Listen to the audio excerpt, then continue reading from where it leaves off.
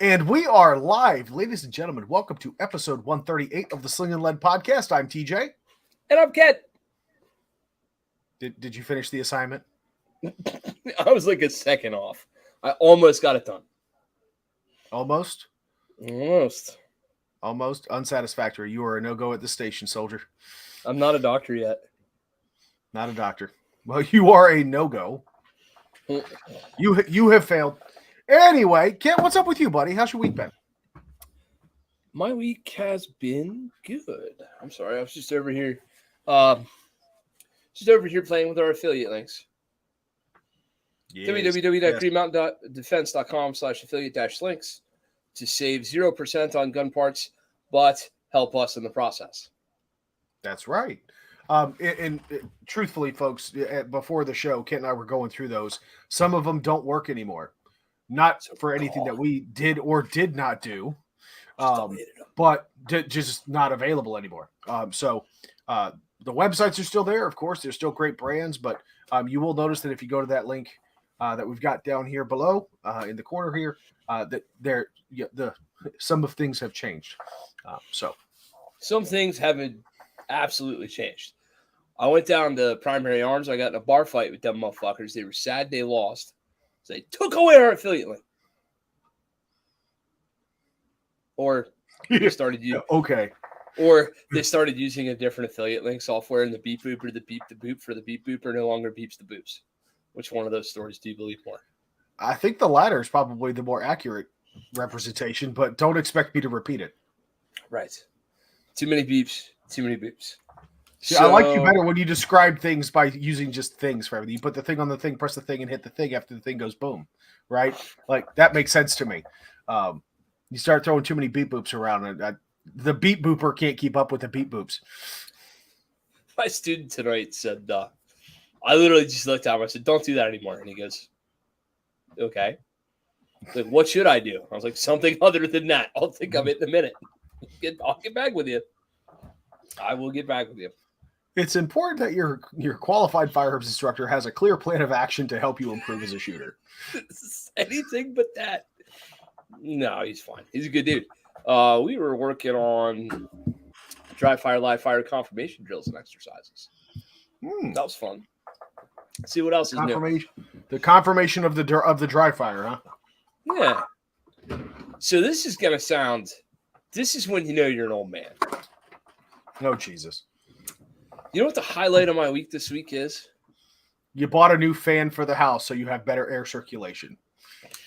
It's pretty far down that list. Yes, it's not that, okay. But Sophie bought me new Under Armour shirts and new Under Armour underwear. And I just gotta tell you, man, I feel all squiggly. I don't feel sticky. My boys are in a nice little.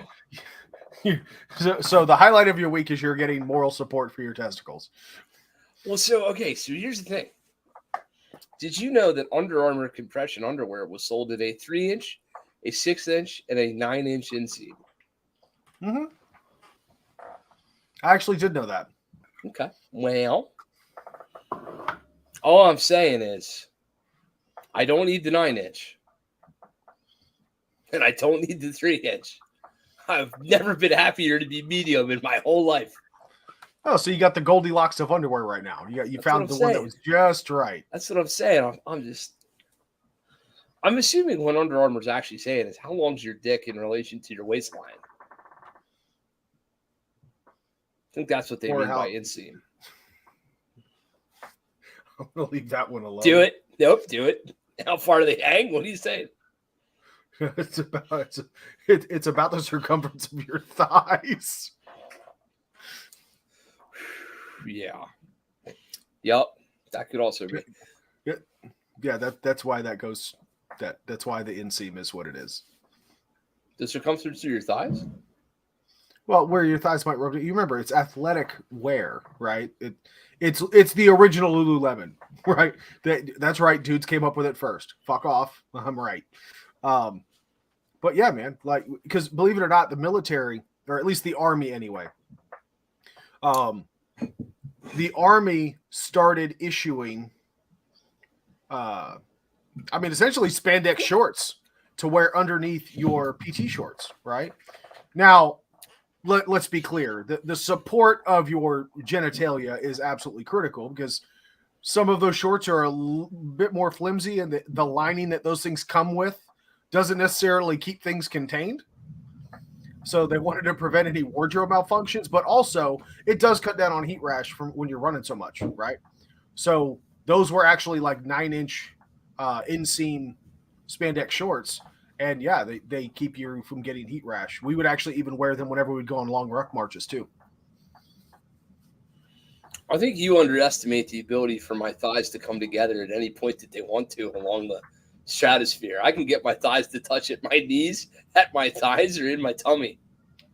There you go. I'm not that fat anymore. But no, I was they're all I'm saying is new undies is comfortable, and you can feel like you can do all the karate activities. Yeah. I can dig it. But yeah, that was a great demo for mostly audio podcast. Yeah. What I will. Okay, one more thing on this topic while we're on because ruck marching is becoming a thing in the gym environment for civilians. Blisters on your feet. Pro tip: specifically, arid, extra dry antiperspirant spray. You spray some of that on your tootsies before you go on a long ruck march, especially if you're wearing boots and wool socks, and you will significantly reduce your likelihood of blisters. Preach, brother, preach.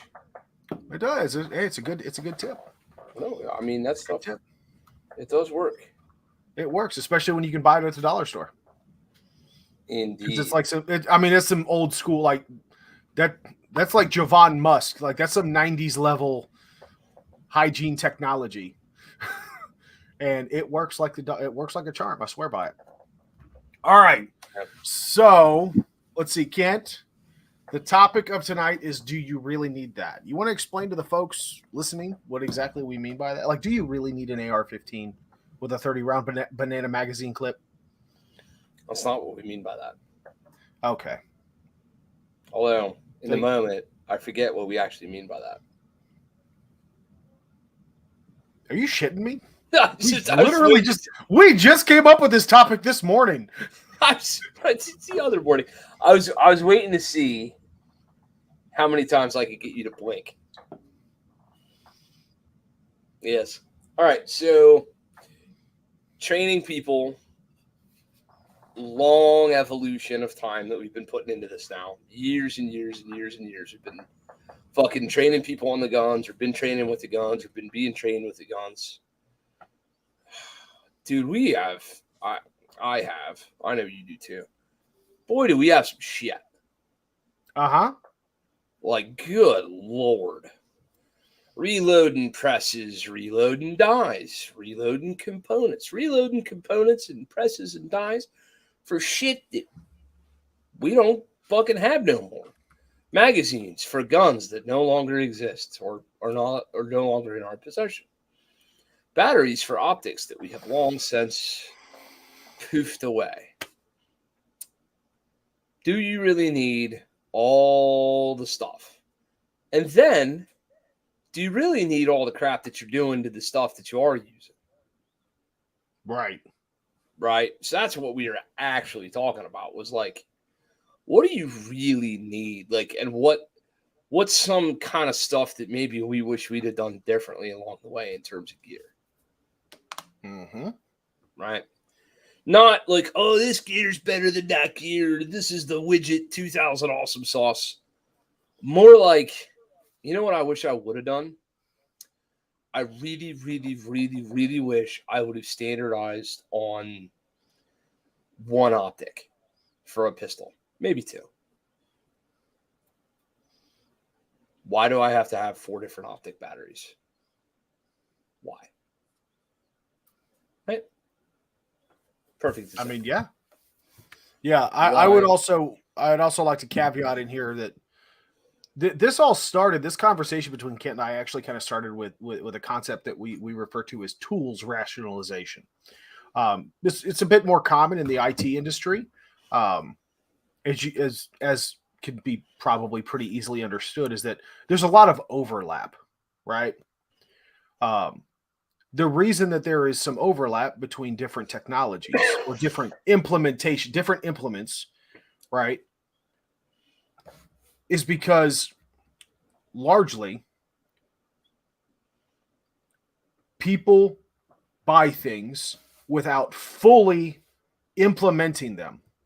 They do not make full use of all the features and capabilities of a particular tool. And then they go and buy another tool to do the other half of the shit that the first tool does do, but they didn't know it does. So they need something to fill that void, not realizing that the void is already filled by what they have. So they buy a bunch of redundant shit that pieces the puzzle together. I have not only the accessories, not only the accessories is this applicable to, but also the firearms you purchase in and of themselves, right? So I definitely want to make sure we hit that topic. So here's before we close out. Here's a perfect little example of this. It's easy to get hornswoggled or confused by firearms industry marketing right now. Mm-hmm. Always has been.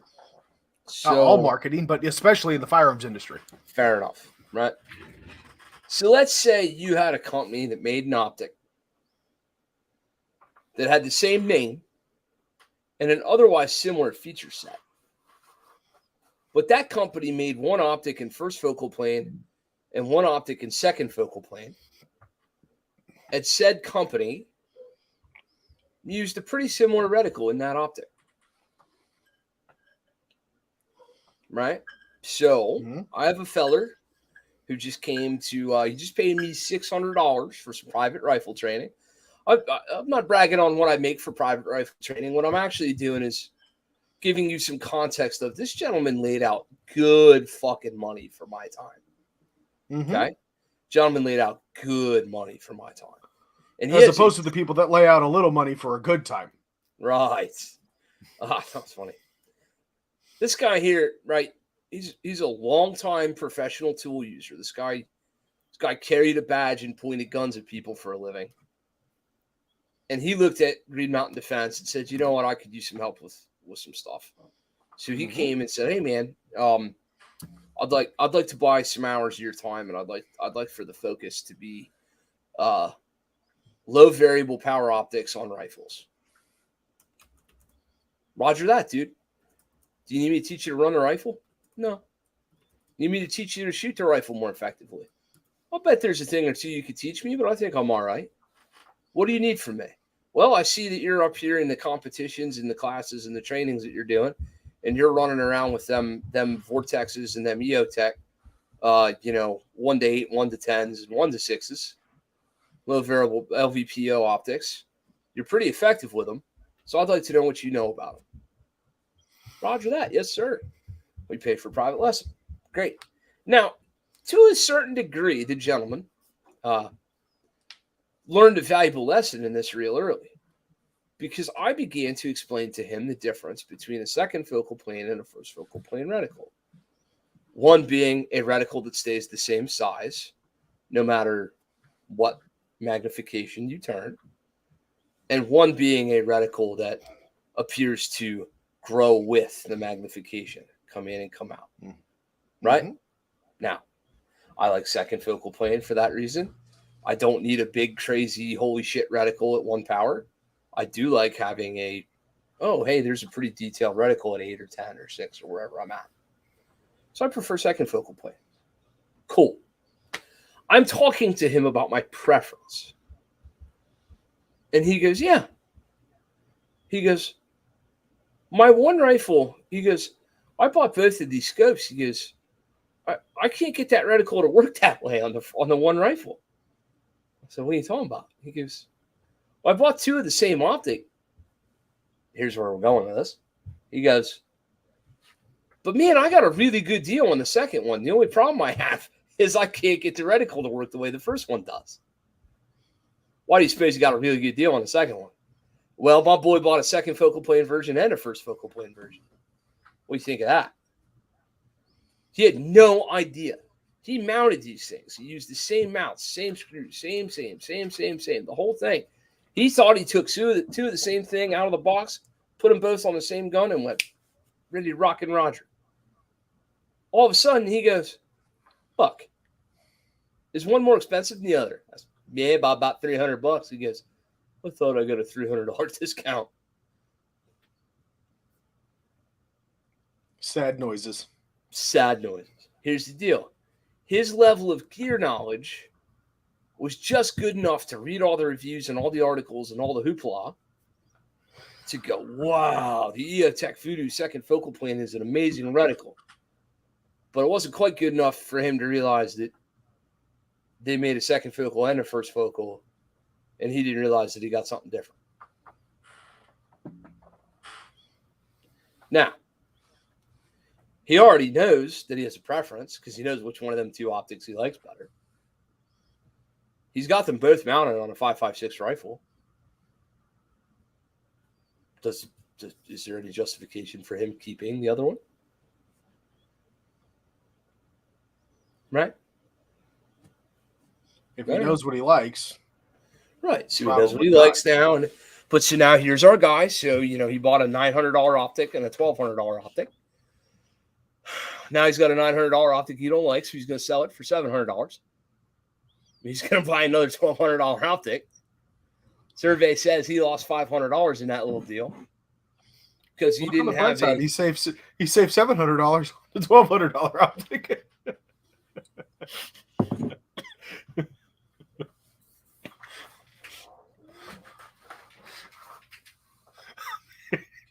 I think I broke Kent, ladies and gentlemen. I think he's about to. I just snarfled cranberry juice all over the place. Oh, that was pretty funny. Thanks for that. I knew that was coming. It's only a matter of time. I just broke you. It's okay. I'm over here like.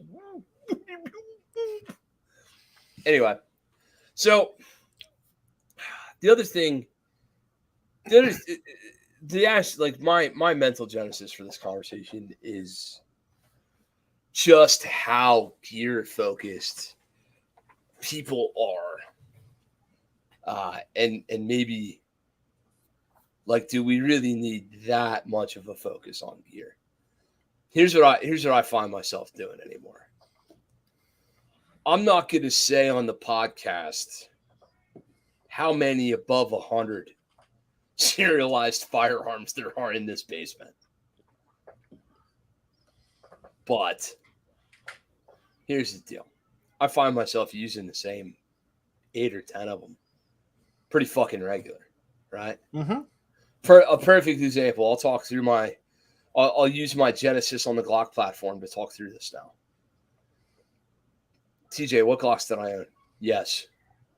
Glock 40 MOS, Glock 26, Glock 19, Glock 17, Glock 45, Glock 19X, Glock 34, Glock 34, Glock 34, Glock 34, Glock 34, Glock 34.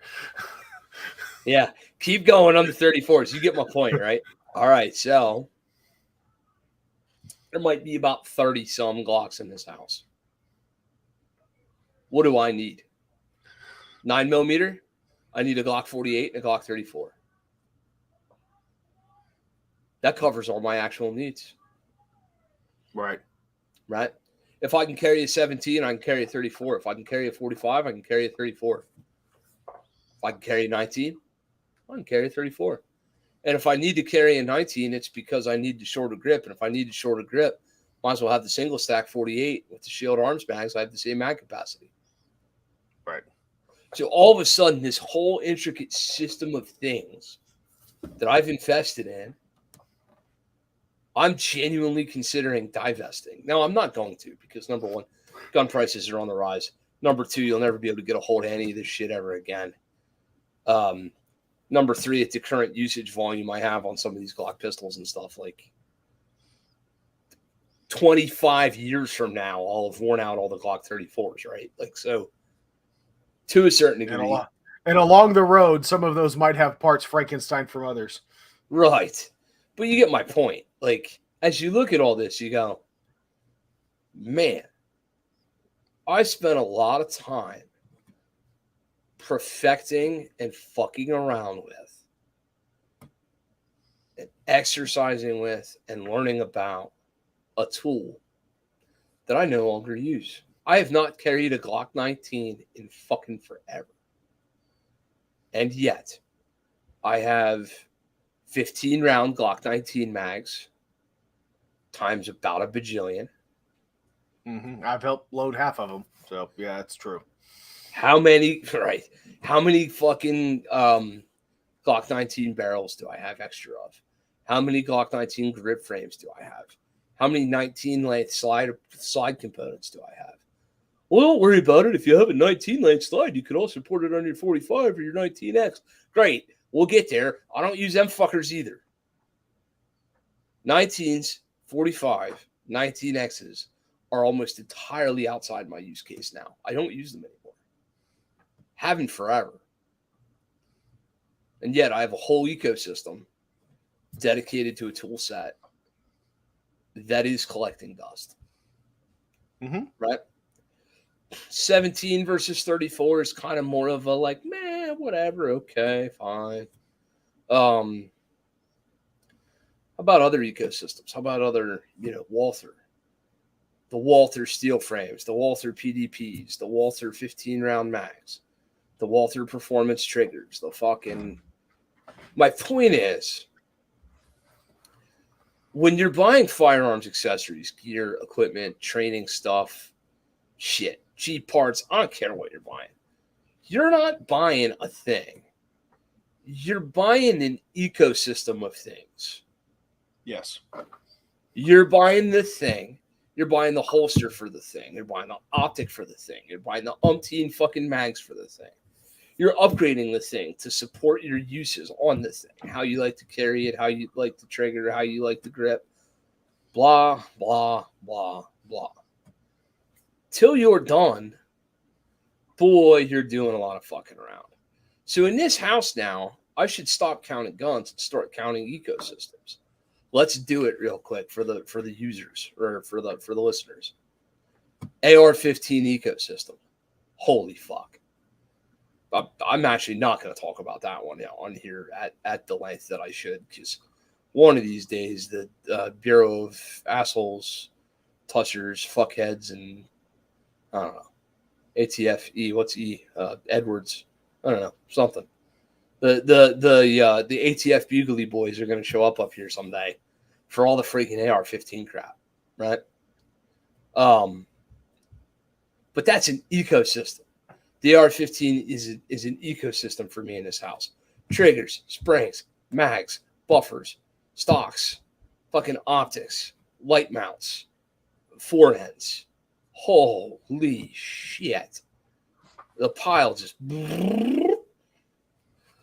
Glocks. We went through that whole thing. Here's a random one. Ruger Mark IVs. Somehow I have... Oh, Jesus. Motherfucker, somehow I have 20 Ruger Mark IV mags, 2 Ruger Mark IV tacticals, and all the extra tandem cross parts to go with it all. Okay. A 22, a metal framed 22 fuck around handgun. Whole ecosystem around that. Ruger LCR revolvers. 2 of them, half a dozen holsters between them, 2 different ammunition calibers, speed loaders, speed strips, etc., on and down the line. So, I was really thinking through, seriously, the guns that I've put hard effort and education into trying for the benefit of training, understanding, and really trying to find my own performance edge. Listen to the list of high-end, professional-grade training handgun ecosystems Green Mountain Defense has fucked with. Are you ready? This is going to hurt.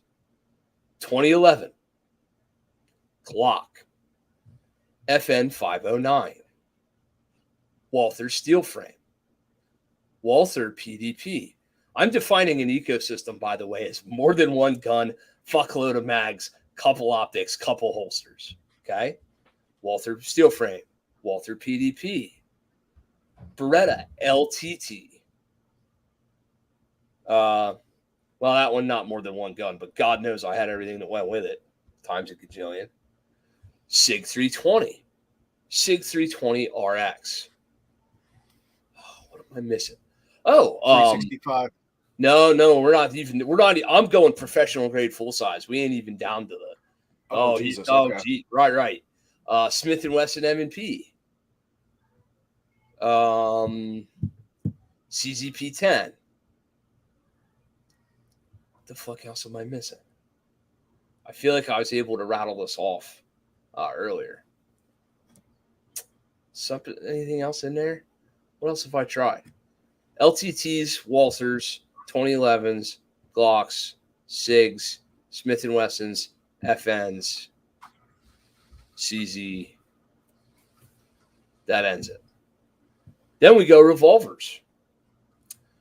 Ruger GP100s. Smith & Wesson K-frames. K-frames. Smith & Wesson 642s. Ruger LCRs. All right, there's only one Taurus Judge, but I still feel like I should name it because the fuck. That pretty well tops out the ecosystem kind of guns on that. Then SIG 365s. Fucking SIG 365. And I think that might make I'll go 22s, Ruger Mark IVs, Glock 44s, SR 22s, 22 handguns. What other ecosystem platform style handguns? Oh, I guess I should count 1911s. This is not 2011s, 1911s. I'm on a 2011 right now. Yeah. So, a couple of things I wish I wouldn't have done.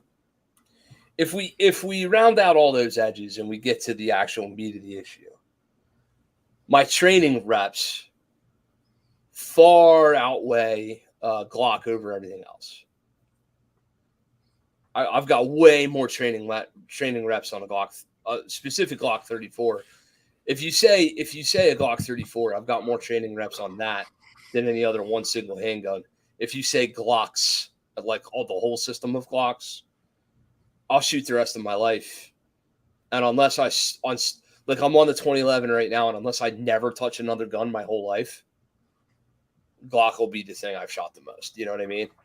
So if I start 2011 today and don't ever stop, then maybe that. But like, my point is, those are ecosystem investment level choices, right? Like Derek's over here, cha-ching. So, you know what, Derek? I got you on the money, and this ain't a flex, and you're not wrong. But I wish I could have the time I spent fucking around with all that shit back. Mm-hmm. You could always make more money. You can't make more time. I wish the amount of time I spent trying to figure out how to get the optic plate to work correctly on a Smith & Wesson M&P core. God, I love that gun. I love that gun. Everything about that gun was phenomenal, except the fucking optic would not stay on. Like, wouldn't stay on. And oh my God, did I fuck with the different screws, trips to McMaster Car, internet forums, calling Buck from C&H Precision personally, not to bitch, but to be like, Buck, what do I do with this gun? And he's like, you throw it in the trash. Is what the fuck. Like, just the amount of shit that I put into that, the effort I put into that, the effort I put into learning an LTT G model decocker gun. I ripped on that LTT. I mean, I ripped on that motherfucker. I killed it with that gun. Didn't have a dot on it, sold it. Now I have a fucking dot. Good job, Kent. Should have kept it. Right? I blame you for everything too, so it's okay. Right. It's fine. All the time spent figuring out how to set up a Glock 19 and a Glock 17 when I never carry that grip frame size at all anymore. Right? All that fucking time spent. All those. You get back to that freaking, the safe looks cool and whatever, and there's a lot of gear there. And the one benefit is I can come to classes, I can pop Pelicans open, and I can set up, 15 students all have gun problems this weekend. Well, that one's mine. Here you go. That one's mine. Here you go. That one's mine. Just fucking handing guns out like it's my fucking job. But I mean, my God, the shit, it's like come in and out of my hands, and the amount of time that slipped in and out of my fingertips. Right now, I'm talking ecosystems on reloading machines. I'm about to spend a lot on a automated progressive reloading press. Probably, I'm probably going to go full titties. I'm probably going to freaking buy an ammo bot. I'm buying a Dillon 750. Is that a 6 or a 7? 6. My bad. Fuck. Can't buy an ammo bot for that one. Either way, I need to spend big. Maybe I can. Actually, I think you can now. Yeah. Roger. Either way, I'm about to spend. My point is, I'm about to have to spend big money to upgrade my reloading because I'm not fast enough. Well, you know what?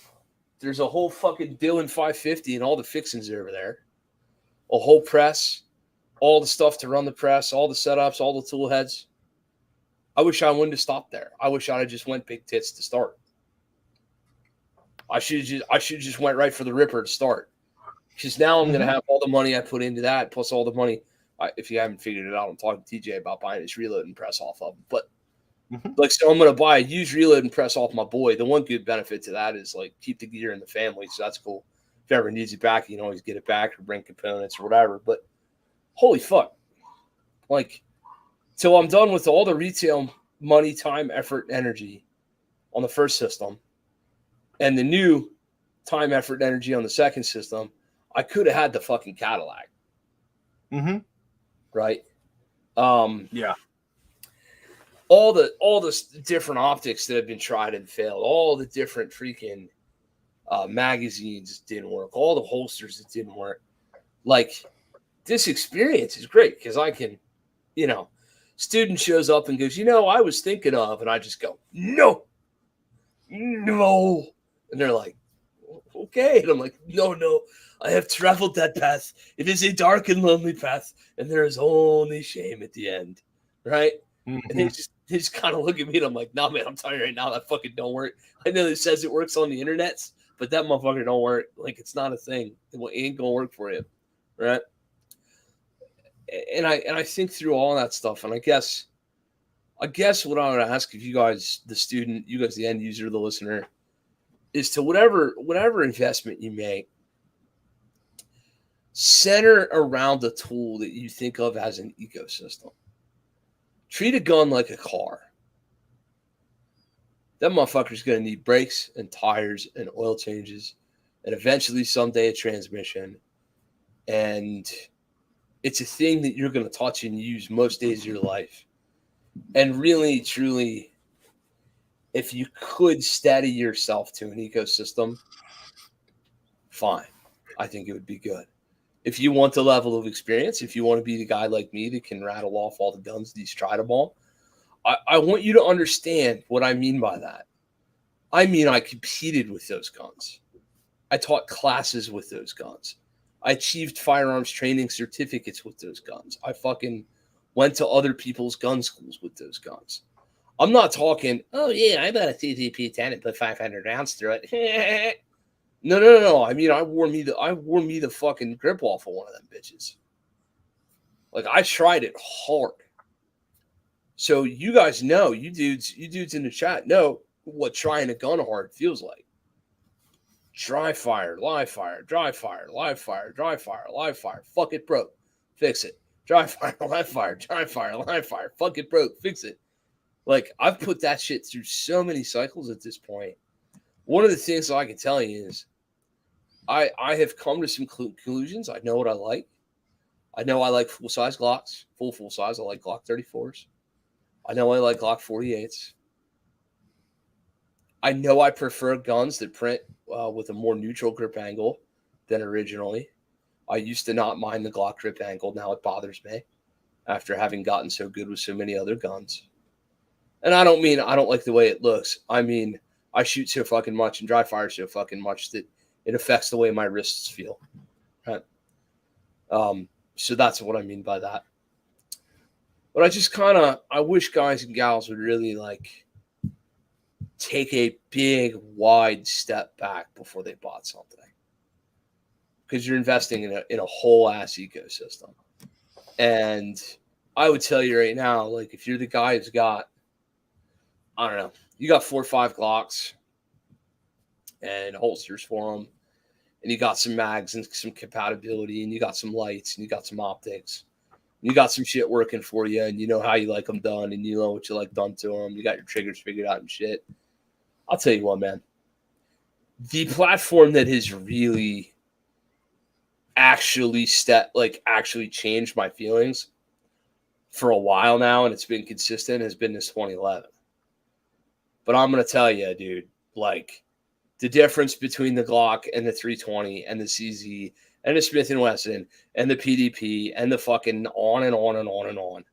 The guns that were in my hands out of that whole group of things that I named off, the ones that really made a difference for me, 2011, high-end as fuck. Glock, high-end as fuck. LTT Beretta, high-end as fuck. And steel frame Walther. Okay? Mm-hmm. Those guns were the guns that were like, ooh, fuck, there's something here. 2 different SIG 320s? Nah, nothing different than a Glock. CZP-10? Nah, nothing different. Yes, there are differences. Fuck off. I'm not arguing. I'm saying to me, performance-wise, in my hands, notice no difference. Smith & Wesson, no difference. Oh, and by the way, when I say Glock, I'm talking Glock, the idea, not Glock, the company. There's some Shadow Systems and some other companies when I'm representing like Glocks, if that makes sense. Yeah. But the Royal Glock. Royal Glock, right.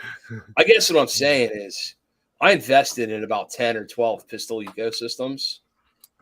And really what I wish I would have invested in is the Glock ecosystem, the 2011 ecosystem, and maybe an LTT Beretta ecosystem or maybe a steel frame Walther. I could kind of sort of argue about those either way. And I could have eliminated. I never needed to try the SIG 320s. I never needed to try the Smith & Wesson. I never needed to try the polymer frame Walther guns because they weren't an improvement. The steel frame guns absolutely were. Yes, polymer frame Walther guns are great. Yes, your CZ's great. Yes, your SIG's great. I'm not fucking hating on you. I'm just telling you, for me, the differences weren't there. I never needed to try that FN 509 nonsense. Aaron Cowan, you suck. You're wrong. I'm sorry. You don't suck. You're probably right about everything, and I don't want to fight you. But, like, just all this time and effort that was put into these things, what for? Yeah. I look at it from a similar but albeit different standpoint, right? You look at the collection. So let's just paint the hypothetical, right? Because let's be real here. If you carry a gun, if you have made the conscious decision that your life and the lives of your loved ones is worth owning and using and training with ballistic technology, you have contemplated the idea, at least I would hope you have, on the what if situation of the proverbial shit hits the fan scenario, right? Are we going to bug out? Are we going to bug in? What are we doing? If the case is that you will bug out, or even if you bug in, but you're preparing for a shitty situation, you are going to go to one particular thing, maybe 2 particular things. You're going to pick up your long gun, you're going to pick up your sidearm, and you're going to go to work, right? What are those going to be? This is especially true, or more specifically targeting the younger, and I mean younger in just general your gun life, right? Your decision for ballistics applications. I don't care if you're 18 or 45, doesn't matter. If you are starting in your collection or your ownership of these things, rationalize what your go-to platform, your go-to ecosystem or ecosystems are going to be, and exhaust all the implementation that you possibly can for those platforms or for those specific firearms before you start digging into other shit. Yeah. Right? If you buy an AR-15, which you should own, especially if you live in, North America, if you own an AR-15 and it's still rocking iron sights, you don't have a sling for it, it's bare bones stock fresh out the package, and you buy your sidearm, and now all of a sudden you get a new shotgun that you want to tinker with, or open the loading port, or bolt some fucking lamp switches to it or some shit, you're doing it wrong. Okay? If those initial implements are going to be your go-to for an emergency situation, exhaust your time, energy, and effort with the ecosystem and the proficiency, that means training, assholes, with those particular platforms, right? Once you have exhausted those options, once you have tuned them to the point that you are content that they are fully implemented for your proposed use cases, then acknowledge and understand that any money that you spend or time that you invest into any other platform, not necessarily a waste. I'm not going to say it's a waste because I'm not going to take away from the potential enjoyment of the sport of firearms, but understand that this is something that I'm going to spend time and money into, that if all hell breaks loose and shit hits the fan, I'm leaving behind. Yep. Right? You ain't going to load your gun safe into the back of your truck when you're trying to get yourself and your family out of the crappy situation that you're in, right? Sophie's strong, I'm just saying. Yeah. Yeah, I'll give you that. She is. I'm telling you right now, Although I kind of do want to fight her. But easy on the reminiscent there, homeboy. Your wife's hot too, goddammit. Let's not do this, shall we? Oh, I know. You're more than welcome to fight her. You probably won't enjoy it. You're more than welcome to fight. Either way, back on track. No, we're not back on track yet. All I'm saying is if I tie Sophie to the gun safe and I throw a keto bar in the truck, the gun safe might end up in the truck. Okay. She might just... She's going to Pam Page on us? Yeah, Pam Page. Bam! Solid Archer reference. Anyway, but yeah, now one thing that I would advise people to consider, though, while I'm on this rant, so to speak,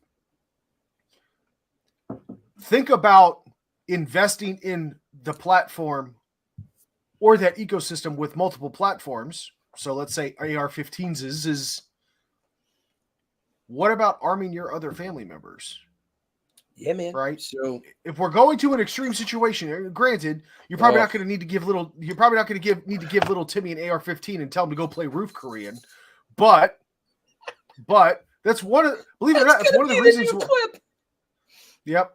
But no, like if you look at some of the older platforms that have been popular especially in lower income areas, the deep South, urban areas, things like that. You look at SKSs, you look at Mosin Nagants, shit like that. There's a reason that, like, when people go buy, aside from the fact that a Mosin Nagant might cost you $150. Excuse me, sir, it's Mosin. It's Mosin neck. Fuck up. I hate that dude too. Whoever that dude is. I want to slap you in the back of the neck with the skinny end of a fishing rod. Anyway, but there is reason. Like when people go to gun shows and they would buy, 5 or 10 Mosin Nagants or SKSs, it's because they could easily equip their neighbors and family members with the same platform, same ammunition, same ecosystem to strengthen their squad, if you will. Right? Dude, you remember when you can get an SKS for like $135? So I don't remember SKSs ever being that cheap. The cheapest I ever remember them being is around $275, $300. But you're not wrong, dude. That was a Vermont thing. You could get some wild guns in Vermont. I think the Vermont gun culture, we're saying this word ecosystem not so much. The Vermont gun culture, I think, was like 15 years behind everybody else the whole time. Makes sense. Price-wise and everything else-wise. So you could get some shit. Like, you could get some shit. Right. But there was even a time when the SKS was the most popular hunting rifle in America, believe it or not. I'm calling bullshit on that one. No. I mean, I believe it because you're saying it, but yeah. It was one of, I mean, next to the Dirty 30, right? I was going to say 30-30. No, the Dirty 30 is hands down by far the most prolific hunting rifle in America. However, SKS has shared a very close second, if not at one point surpassing them for a period of time. Either way. But yeah, I mean, think about that for a second, right? Maybe you've got older children. Maybe you've got, maybe you live in an area where your family is close by. Maybe you've got a really good relationship with your neighbors, right? Hey guys, I'll give you a perfect example. I have family members who carry a backup gun. So they'll have their primary carry, right? Whatever it might be, Glock, whatever. But they will keep an ankle gun for whatever, or even a pocket pistol for whatever reason. And I'm like, why do you carry a backup gun? And they're like, oh, it's real simple. My wife doesn't like to carry a backup gun or doesn't like to carry a gun, but she knows how to shoot. If all hell breaks loose and we have to part ways, or if I need backup, I have another gun that I can give her. I'm going to give Aunt Mary Margaret the SIG 238. She going to smoke some motherfuckers. I mean, yeah, Aunt Margaret's got to skin that smoke wagon and go to work. Aunt Margaret's got to skin that smoke wagon and go to work. But yeah, that's kind of where did you just say that twice? Or did the internet just make you say that? No, I said it twice. Oh, okay. You said it so monochromatically perfectly, like again, that I thought you were like ChatGPT just finally had a glitch, and I finally found out you were an actual robot. We're fine. No, but I mean that's kind of my concept, right? Matter of fact, before the show, Kent and I was talking about buying some more gun parts because I do have a stripped AR-15 lower in my gun safe still that's completely naked. It is just the lower receiver, and I need to put some part. I want to make it a functional platform. I've already built out my rifles, my other rifles, where I want them to be. Totally content with them. So now it's time to build that one out. So I want to be able to arm multiple people with the same platform. Like, I'm not picking up my bolt gun and giving my wife my AR. I'm going to have an AR. My wife's going to have an AR. My son's going to have an AR. Like, we're going to be racked and stacked and ready to go. So I wonder if Georgie could run a bolt gun. I'll put a minigun on that little bastard. He's going to be a corgi running around with a fucking Dylan arrow strapped to his back. I was thinking one of them like novelty 22 Gatling guns. Nope, full power 308. He will not last. It would be worth watching though. Oh my god, the internet memes would be lit. Yeah. So yeah. But yeah, that's kind of where I go with it, right? And look, everything that Kent said still holds true. Each one of those platforms that you get invested into, the whole ecosystem comes with it. It is at least if you're a responsible person, right? Nothing drives me nuts more. Like I would rather poll the audience, Kent. Okay. By that I mean, I mean you. Yep. Would you, or the chat folks, right? All two of you watching. Would you rather, you're visiting your buddy's house and you're going down to see the guns, the gun section. Would you rather see a bunch of guns in the house? We'll look at that in a second. Hold on. Would you rather see a bunch of guns in that gun safe that are untouched, unscathed, barely shot? Or would you rather see what you have, which looks like that shady transmission shop where there's parts all over the place in every corner of the room, and every gun has got like gouge marks and scratches and battle worn and all that other shit. Which one would you rather see? I'm sorry. You mean like that? Yeah. Yeah. It's not good. Or it is good. I mean, hey, you helped me put the Glock 19 back together. That was nice.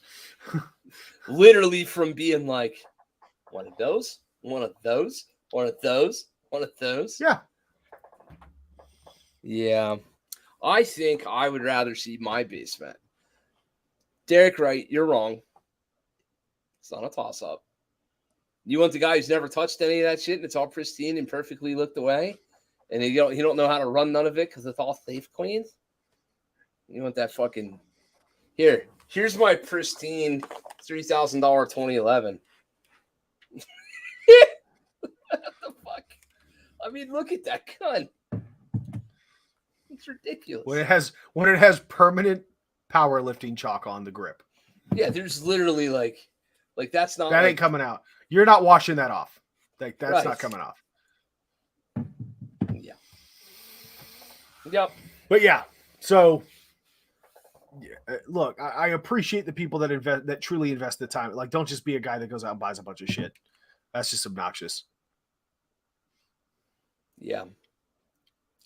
Yeah. It happens though. Dudes do it.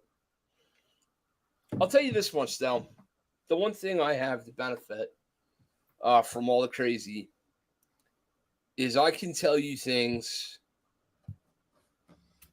Here, we'll play a game. Derek or MG, ask me a question about a serious use, right? On one of those, ask me something about any of those other platforms.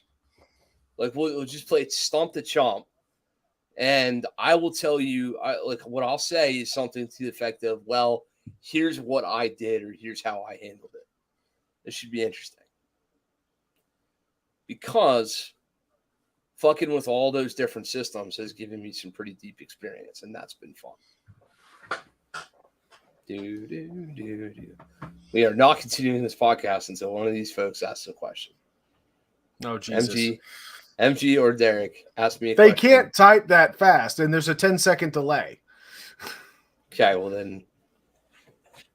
I did last week, and you answered in great depth. I know, but I want to play Stump the Chump. This is fun.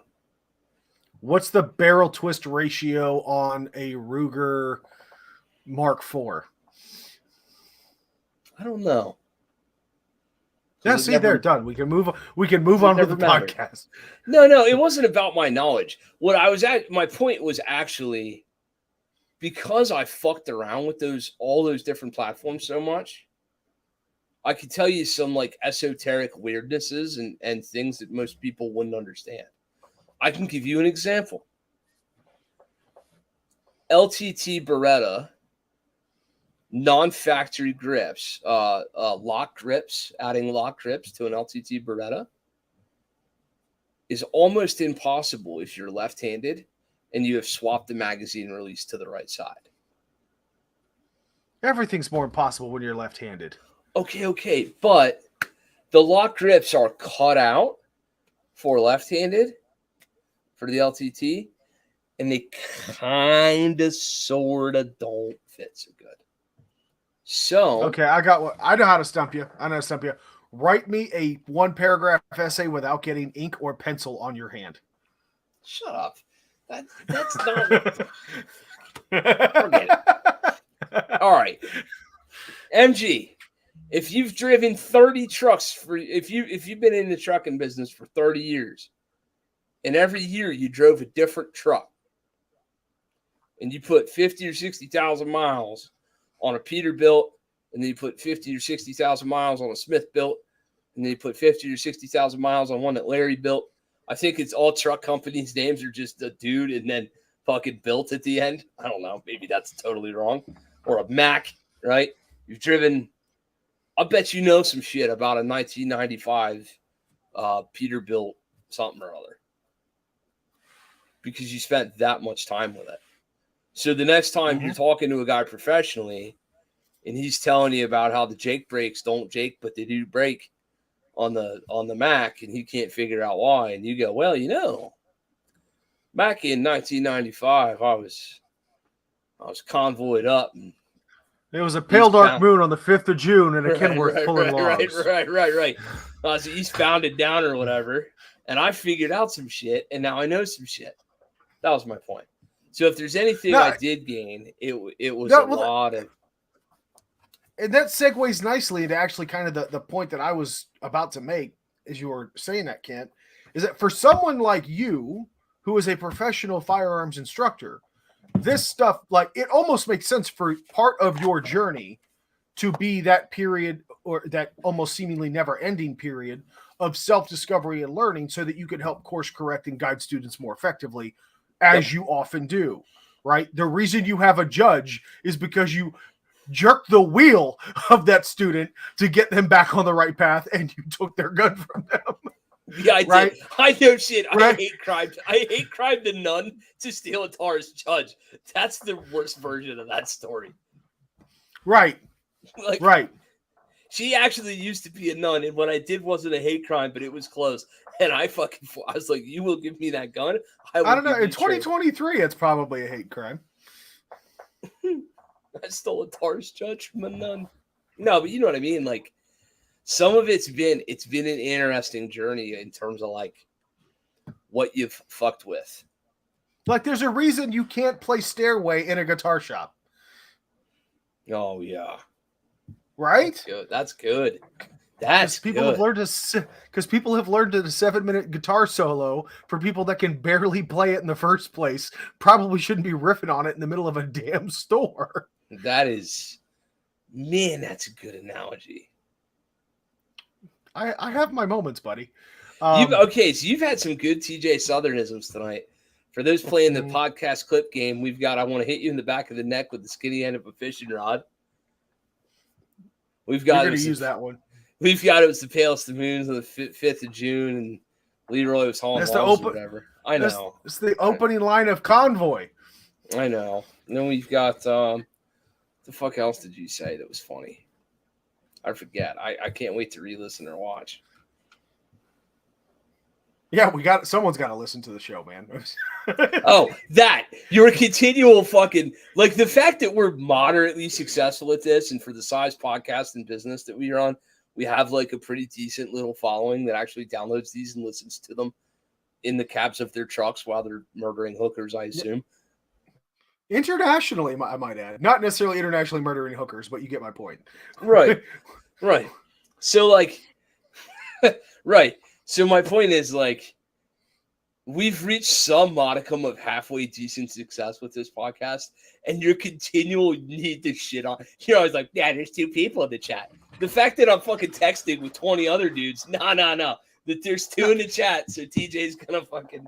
No, let's level set this right now. We could double the success of Joe Rogan's podcast, and I will still only refer to our adoring fans as the Magnificent Six. I know. You're like, I care about. I don't want to say names. What happened to the crazy one? The one that you're gonna have to narrow that the fuck down. Right. The one that we couldn't gender identify entirely. Oh yeah, we're not. Yeah, let's not bring that one up right now. Right. But what happened? Where'd that go? I guess they thought all the fame went to our head with our massive army of followers, our cult-like devotees. Right. I don't know. That was a weird one, but no, like, MG. So here's the thing, right? Like, MG is a real human person. I have spoken to MG. Yes, as have I. In real human person. Derek, I've trained Derek. Derek's been on my damn range. Yeah, Derek and I have all shared cigars around the fire pit. Wrong Derek. At Apache Solution. Oh, that's a different Derek? Okay. Yeah, wrong Derek. Sorry, Derek. Sorry. Wrong Apache Indian Derek guy. Them fuckers, all they need now is an extra. Well, that other Derek has been cool. I don't know this Derek. Yeah, that was Watkins. This is right. I don't think Derek. There's 6 of you. I can't keep them all straight. Oh, dude, just like David Church, David Brown, David. Anyway, so ecosystems. I think we handled it pretty well. I think so too. Also, keep in mind, real quick, I'm just gonna shout through the rest of these things that I wish people would ecosystem more correctly. Med kits, lights, tools. Med kits, lights, tools. No, tools. Gosh damn it. No tools. We'll argue. We're going to fight about this one. All right, let's fight about it. Here's what I mean by this. You need to have the tools that match up to the invested ecosystem that you like. Okay, so if you have a Jeep, you have to have hex heads. Well, yeah. Torx heads. Yeah. Right? So you should treat your tools like an ecosystem. So you should have Glock tools. You should have AR-15 tools. You should have fucking... You see what I'm saying? I mean, any self-respecting adult, I'm not even going to say that it belongs to a particular gender, but any self-respecting adult needs to have a good tool, a good set of tools, period, in their home. If you don't carry a gun and you don't even have medical, by God, you take your ass down to fucking Harbor Freight and you go get your ass some tools that you need to rebuild your fucking house. You start doing that and your car, I promise you will have all the tools you need to support your guns. Well, yeah, I guess. I just want special ones. Weapon mounted light on carry gun, yes or no? Sometimes. I could go either way with it. Yeah, my answer is sometimes. Glock 48s? No. Glock 34s? Yep. 2011s? I will say what I have come to appreciate about a weapon mounted light, especially on a full size gun, even though they're only 9mm, I appreciate the balancing that they offer. I don't use it so much for like low light. I'd rather have the capability than not, to add some light to the situation. If I don't have my pocket light on me for whatever reason, it's nice to know. Like if the bump in the night, I'm grabbing the gun, not necessarily grabbing a flashlight. So if there's a flashlight on the gun already, that helps. But more utilitarian or more practically, I appreciate the balance in the overall firearm that it does, especially with my Glocks because they're so lightweight anyway. That extra forward balance really helps out with just the overall performance and the wieldiness, if that's a word, of the gun. Wieldability. I would agree. Wieldability, handling. So Watkins for me, it's right. Oh, God damn it! Yeah, see, why do you have to both be Derek W? That's so not fair. Derek Wright.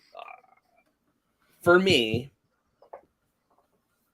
I'll put a weapon light on any full-size gun I'm carrying if I can get a full-size weapon light on it. So if I could get a Surefire X300 on it or a Mod Light PL350 on it, I'll do it that way. But I will not accept the TLR7, TLR7A. Those are all bullshit. They all suck. So if I'm carrying a little Glock 48 or something, nah, I ain't playing that shit. Ain't worth it. Chiefs ain't worth the squeeze there. And I don't care what you say. Dan Brady's wrong. You don't need to PID shit. You just draw that motherfucker, put the flashlight out into the ether, and swing it all around. For legal reasons, that was a joke. Sure, it's fine. No, I just... And shotguns don't need to be aimed. Right, and you can rack it, and it'll be fine. No, but there's some utility to having a weapon light on your pistol. The thing I think most people don't think about anymore is like, and I don't know, everybody's in a different spot in life or whatever, but for me now, every gun that I use that's not down here in the vault in the safe is one more multiplier of danger to my young toddler son. Mm-hmm. Okay. So if daddy wants to keep a pistol with a weapon light on it upstairs because whatever, he feels like he'd like to have a weapon light on his house gun, but then daddy wants to carry something else during the day, that means daddy's rotating through two guns that are in the upstairs safe that are less secure from little human than they would be if they were down here in the vault and are more likely to get into little human's hands, right? So I keep a tactical pocket flashlight on my nightstand, and I no longer keep a gun on my nightstand anymore because I can't, because a little human. So that's in a bedside vault up there, right? Mm-hmm. So yeah, that's a problem. If you're flip flapping guns around, I got multiple guns up there. So we keep a long gun up way high, out of his reach, locked up on the wall, so that we can, go to a long gun if we have to. But these things and circumstances and decisions change wildly depending on your context and your use case. And where I used to tell you, would tell you, man, I got a weapon light on all my guns all the time, 24/7. I found that I don't necessarily need that, but I do still want it, and I like it, so I'm going to keep doing it.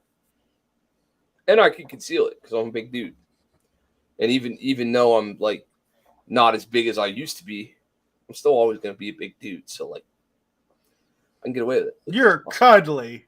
I am cuddly. You're cuddly too. I can be. Yeah.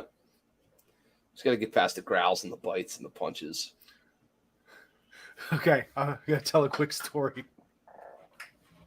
So I went to the range with one of my buddies from work, showing him a few things with a long gun.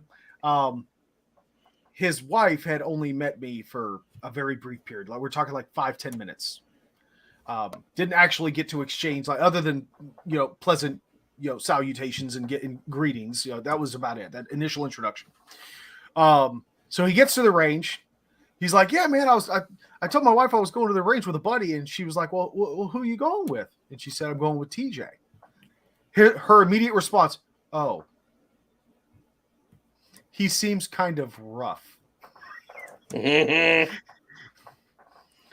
my buddy was like, no, we're not talking about the same TJ. TJ's a teddy bear. He'll give you the shirt off his back. He's a great guy. She's like, he just looks really angry all the time.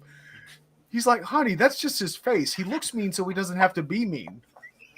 Well, yeah, that's pretty funny. He looks mean. I don't think you look mean. I've been told I appear abrasive. Yeah, you absolutely do appear abrasive. The way you looked at me the first several times we hung out constantly was just like, it's just deadpan, dude. I got nothing for it. I'm sorry. I can't help you. Yes, Derek, RBF like a sumbitch all day long. Just fucking. Also, like, so we were friends on the internet for a long time before we met each other.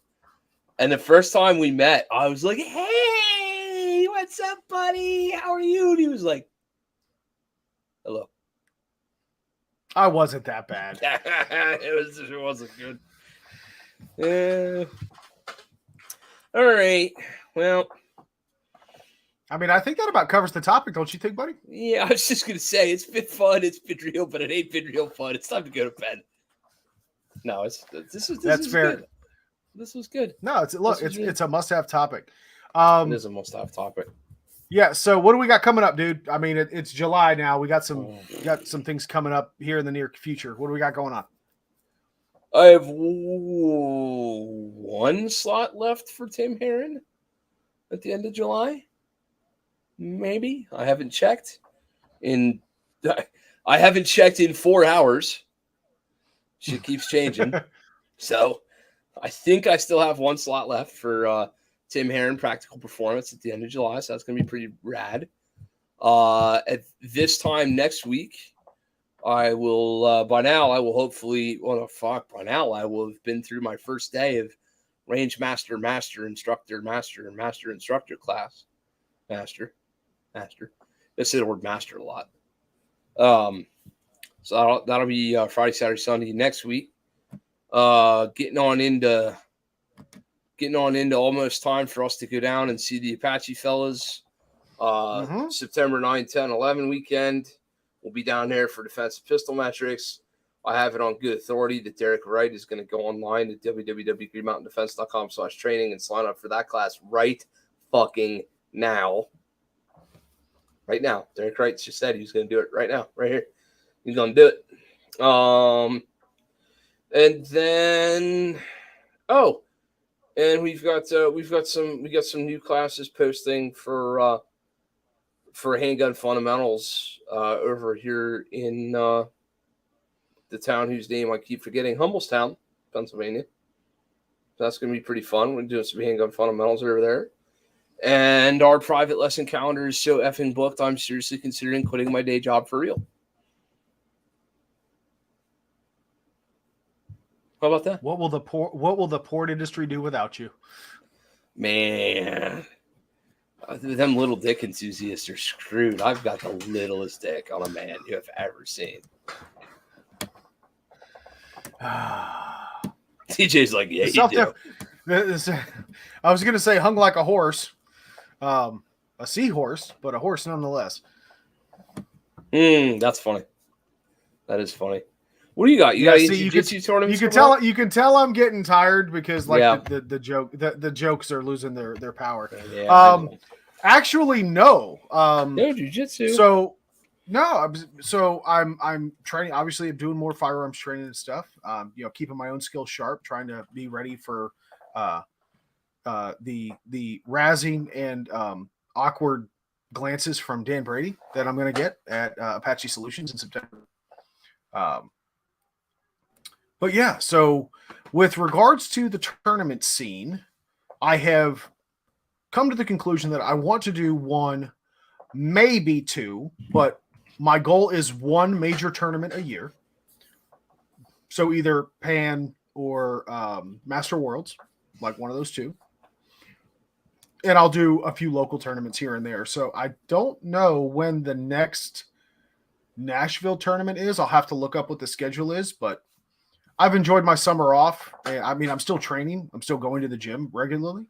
But just I haven't been in competition mode. Also, too, I'm trying to focus on just rounding out my skill set a little bit.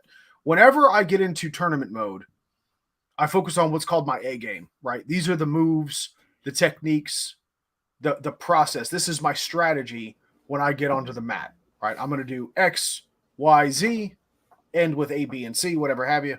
And I focus intently on those particular maneuvers.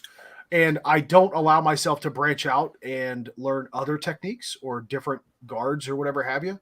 So I'm really just kind of enjoying the journey, man. I'm just rolling with it. No pun intended. And trying to open my game up a little bit. Find out some other things that work, that I find that work well, and just go from there. So. All